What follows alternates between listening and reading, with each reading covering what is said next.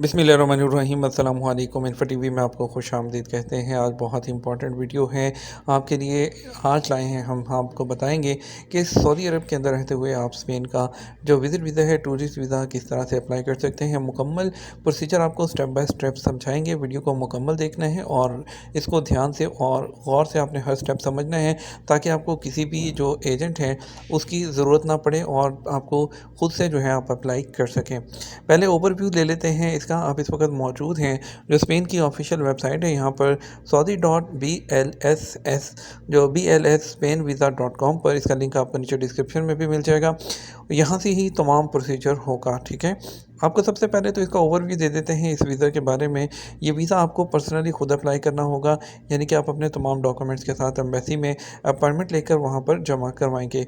Visa fees, कौन से document चाहिए, प्रोसेसिंग टाइम क्या होगा, फॉर्म कहाँ पर है, तमाम चीज़ें आपको बताएंगे। और इसके लिए आपको बताते चलें कि बायोमेट्रिक फ़िंगरप्रिंट होती है। जब आप अपने डॉक्यूमेंट जमा करवाएंगे तो आपकी जो फ़िंगरप्रिंट है, बायोमेट्रिक है, वहाँ पर होगी। इसके लिए आपका सबसे पहले जो इकामा है वैलिड होना चाहिए। जब आपने जाना है और जब आपने वापस आना है, जितनी देर के लिए आपने अप्लाई करना है वीज़ा, उतनी देर के लिए आपका जो इकामा है वो वैलिड होना चाहिए। ठीक है, और इसके अलावा उनका कहना है कि आपने जो 15 दिन जो ट्रैवल करने से 15 से 20 दिन पहले आपने अप्लाई कर देना है। जो इनकम्प्लीट इन्फॉर्मेशन होती है या इनकम्प्लीट जो एप्लीकेशंस होती हैं उसको वो कंसिडर नहीं करते, उनको रिजेक्ट कर देते हैं। और जो वीज़ा फ़ीस होती है वो नॉन रिफंडेबल होती है और सिर्फ कैश की सूरत में पे की जाती है। सऊदियों के लिए जो है वो 3 से 4 दिन लगते हैं वीज़ा की प्रोसेसिंग में, और जो अजनबी हैं या गैर मुल्की हैं उनको थोड़ा टाइम जो है वो ज़्यादा लग जाता है। और जो वीज़ा स्टेटस है वो ओवर द फ़ोन और ईमेल के थ्रू भी बता दिया जाता है। आप अपना जो एप्लीकेशन का स्टेटस है यहीं पर वेबसाइट पर भी देख सकते हैं। अगर आपने 2 से ज़्यादा कंट्री में विज़िट करना है शेंजन कंट्रीज़ में, तो जहां आपने ज़्यादा स्टे करना होगा, जहां के दिन आपने, तो उस कंट्री की एम्बेसी वीज़ा लगाएगी। लेकिन अगर आपने स्पेन में ही रहना है तो आपका वीज़ा स्पेन से लगेगा। उसका कॉन्टैक्ट नंबर जो है जो स्पेन की एम्बेसी का, वो +966114822 608 है। ठीक है, अब चलते हैं। ये तो हमने बात कर ली है ओवरव्यू के बारे में। अब इसकी बात कर लेते हैं वीज़ा फ़ीस कितनी होती है। टूरिस्ट वीज़ा की जो फ़ीस है वो 319 रियाल होती है। 6 से 12 साल के बच्चे की जो फ़ीस होती है वो 160 रियाल होती है। वीज़ा फ़ीस सिर्फ कैश की सूरत में पे की जाती है और 6 साल से नीचे के बच्चे की एग्जेम्पशन होती है, उसकी कोई फ़ीस नहीं होती है। ठीक है, और इसके अलावा जो उनके कुछ सर्विस चार्जेस होते हैं इंटरनेशनल, वो 75 रियाल हैं, वो भी आपको पे करना होते हैं। 6 साल से कम उम्र के बच्चों के लिए वो रेट नहीं होते हैं। और ये तमाम फ़ीसेस जो आपको बताते चलें कि ये नॉन रिफंडेबल होती है। डॉक्यूमेंट कौन कौन से चाहिए होते हैं, ये चेकलिस्ट दी गई है सऊदियों के लिए भी, और जो नॉन सऊदीज़ हैं उसके लिए भी चेकलिस्ट दी गई है। नॉन सऊदीज़ की चेकलिस्ट पर हमने क्लिक कर लिया है तो हमारे सामने ये ओपन हो चुकी है। सबसे पहले तो आपको वीज़ा एप्लीकेशन फॉर्म फिल करना होगा जो कि इंग्लिश में है, और उसको साइन करना है। आपके पास 2 रिसेंट पासपोर्ट साइज़ की पिक्चर्स होनी चाहिए और आपने उसको स्टेपल या ग्लू नहीं करना है। ठीक है, और उसको आपने वैसे अपने साथ रखना है, जिसमें आपकी जो हेड है आपका, वो ऊपर जो विड्थ है वो 4 mm और 8 mm होनी चाहिए। आपने सर वगैरह को या फेस वगैरह को कवर नहीं करना है। ओरिजिनल पासपोर्ट 3 माह तक का वैलिड होना चाहिए। आपने फ़ोटोकॉपी भी रखनी है अपने पासपोर्ट की। अगर आपको कोई पिछले 5 साल में कोई शेंजन वीज़ा वगैरह इशू हुआ है तो आपने एक अपना सैलरी लेटर लेना है, जिसमें आपकी सैलरी वगैरह लिखी होगी, तमाम चीज़ें डिटेल, और उसको आपने चैम्बर करवा लेना है। चैम्बर करवाने के बाद उसके अलावा जो डोमेस्टिक वर्कर हैं, जो घरेलू वर्कर हैं, वो अप्लाई करना चाहेंगे। जैसे घरेलू वर्कर्स में कौन होता है, जैसे कि खदामा हैं, हाउस ड्राइवर हैं, इस तरह के लोग हैं, वो करना चाहें तो उनको अपने कॉन्ट्रैक्ट की कॉपी और कफ़ील का लेटर दोनों जो है वो इंग्लिश में, वो भी सबमिट करवाना होगा।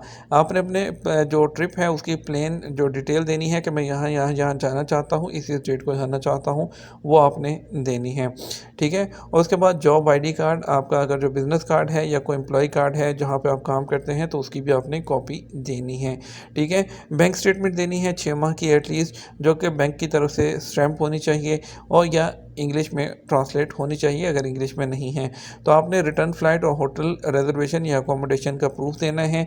ठीक है, और अगर कोई इनवाइट कर रहा है तो वो लेटर होना चाहिए। उसके बाद आपके पास ट्रैवल इंश्योरेंस होनी चाहिए जो कि 30,000 पाउंड तक जो है, सॉरी यूरो तक जो है वो कवर करती हो। और उसके अलावा जो आइडेंटिफिकेशन में आपके पास आपका इकामा होना चाहिए। इकामा जो है वो आपका वैलिड होना चाहिए। आपके पास एग्जिट री एंट्री होनी चाहिए। ठीक है, ये तमाम चीज़ें हैं, और एडिशनल डॉक्यूमेंट अगर कुछ चाहिए होंगे तो वो आपसे ले सकते सकते हैं। जैसे कि अगर आप तो कोई बिज़नेस विज़िट पे जा रहे हैं तो आपके पास बिज़नेस इनविटेशन का लेटर होना चाहिए। ये तमाम चीज़ें हैं जो कि उसके डॉक्यूमेंट्स हैं जो कि रिक्वायर्ड होते हैं। और यहाँ पे लिखा गया है कि अगर कोई दोबारा एक्स्ट्रा डॉक्यूमेंट चाहिए होते हैं तो वो आपसे ले सकते हैं। उसके अलावा फ़ोटो स्पेसिफ़िकेशन के बारे में आपने बता दिया मैंने। ये साइड से 4.5, राइट से 3 और ऊपर से 3.5 सेंटीमीटर होते हैं। ये आप जब पिक्चर खिंचवाएँगे उनको बता दीजिएगा कि पासपोर्ट साइज़ पिक्चर जो है वो इस साइज़ की बनवानी है। 6 माह से ज़्यादा ये पुरानी नहीं होनी चाहिए, ठीक है?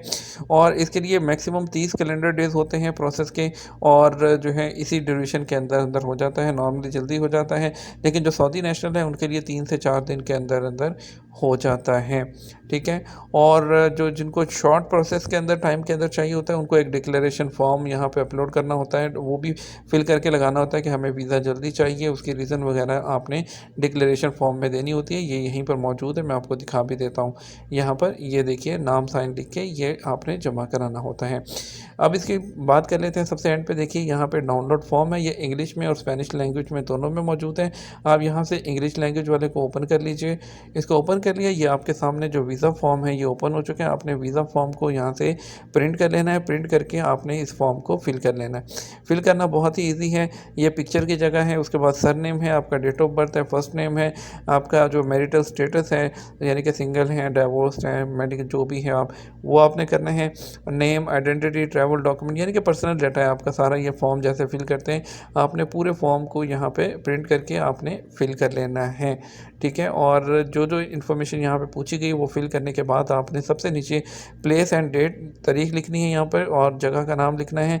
उसके बाद ये जो डब्बा दूसरा है, जो बॉक्स है, यहाँ पर आपने अपने सिग्नेचर कर देने हैं। ये फॉर्म हो गया आपका, ठीक है? उसके बाद आपको लेके चलता हूँ दोबारा उस जगह पर।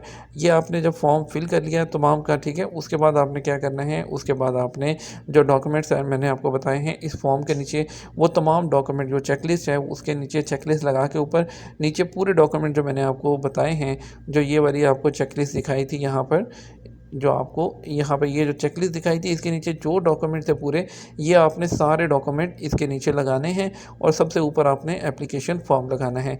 उसके बाद आपने क्या करना है, उसके बाद आपने यही वेबसाइट पे देखिए ये ऊपर जो है बुक अपॉइंटमेंट की जो है ऑप्शन, आपने बुक योर अपॉइंटमेंट यहाँ पर कर लेना है। यानी कि अपॉइंटमेंट बुक कर लेनी है। किस डेट को, इंडिविजुअल है या फैमिली है? इंडिविजुअल है तो आप कहाँ करना चाहते हैं, जद्दा में या रियाद में? आप जद्दा हैं तो जद्दा सेलेक्ट कर लें, रियाद है तो रियाद कर लें। और अपॉइंटमेंट कैटेगरी नॉर्मल करनी है, प्रीमियम या प्राइम टाइम नॉर्मल कर लें। अपना फ़ोन नंबर आपका जो भी है 12345678, आप अपना जो है वो नंबर दे दें यहाँ पर। रजिस्टर्ड ईमेल आईडी आपका जो भी है वो दे दें, ठीक है? और यहाँ पे जो वेरिफिकेशन कोड आप करेंगे आपको ईमेल और मोबाइल पे आएगा, वो एंटर करके कंटिन्यू करेंगे। आप यहाँ से अपनी अपॉइंटमेंट कर लेंगे। अपॉइंटमेंट के टाइम और डेट जो आप सेलेक्ट करेंगे उस पर आप जो है एम्बेसी चले जाइए। एम्बेसी जाके अपने तमाम डॉक्यूमेंट वहाँ पर जमा करवाइए। उसके बाद यहाँ पर देखिए यहाँ पर ट्रैक एप्लीकेशन की ऑप्शन आ रही है, ठीक है? आपने यहाँ पर अपना जो रेफरेंस नंबर होगा, डेट ऑफ बर्थ लिख के और ये कोड लिख के आप सबमिट करेंगे तो आपको आपकी जो एप्लीकेशन होगी उसका स्टेटस यहाँ पे मिलता रहेगा।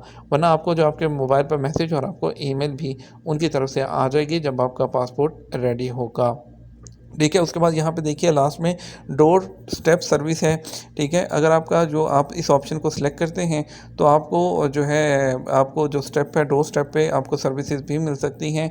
और इसके अलावा आप जो कुरियर सर्विस है वो भी सिलेक्ट कर सकते हैं। इस ऑप्शन के ज़रिए जो है आपको क्या होता है, इस ऑप्शन में यहाँ पे दिखाया गया है कि आप कंफर्ट अपने घर पर बैठे भी अप्लाई कर सकते हैं। उसके लिए आपको तमाम डॉक्यूमेंट स्कैन करके सेंड करने होते हैं।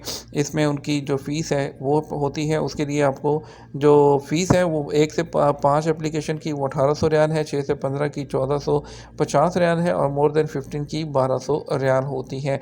यहाँ पर जो है जो डेबिट कार्ड से पेमेंट करके आप जो ऑनलाइन भी ये सर्विस उनकी ये वाली अवेल कर सकते हैं। इसके लिए आपको जाने की ज़रूरत नहीं होती है। उम्मीद करते हैं वीडियो आपको पसंद आई होगी। हो सकता है मैंने कोई इन्फॉर्मेशन अगर मिस की है तो आप मुझसे ईमेल करके पूछ सकते हैं wasimranavlogs@gmail.com पर। होपफुली मैंने तमाम पॉइंट्स इसमें कवर कर दिए हैं। अपना ख्याल रखिएगा तो हमें याद रखिएगा। अस्सलाम वालेकुम।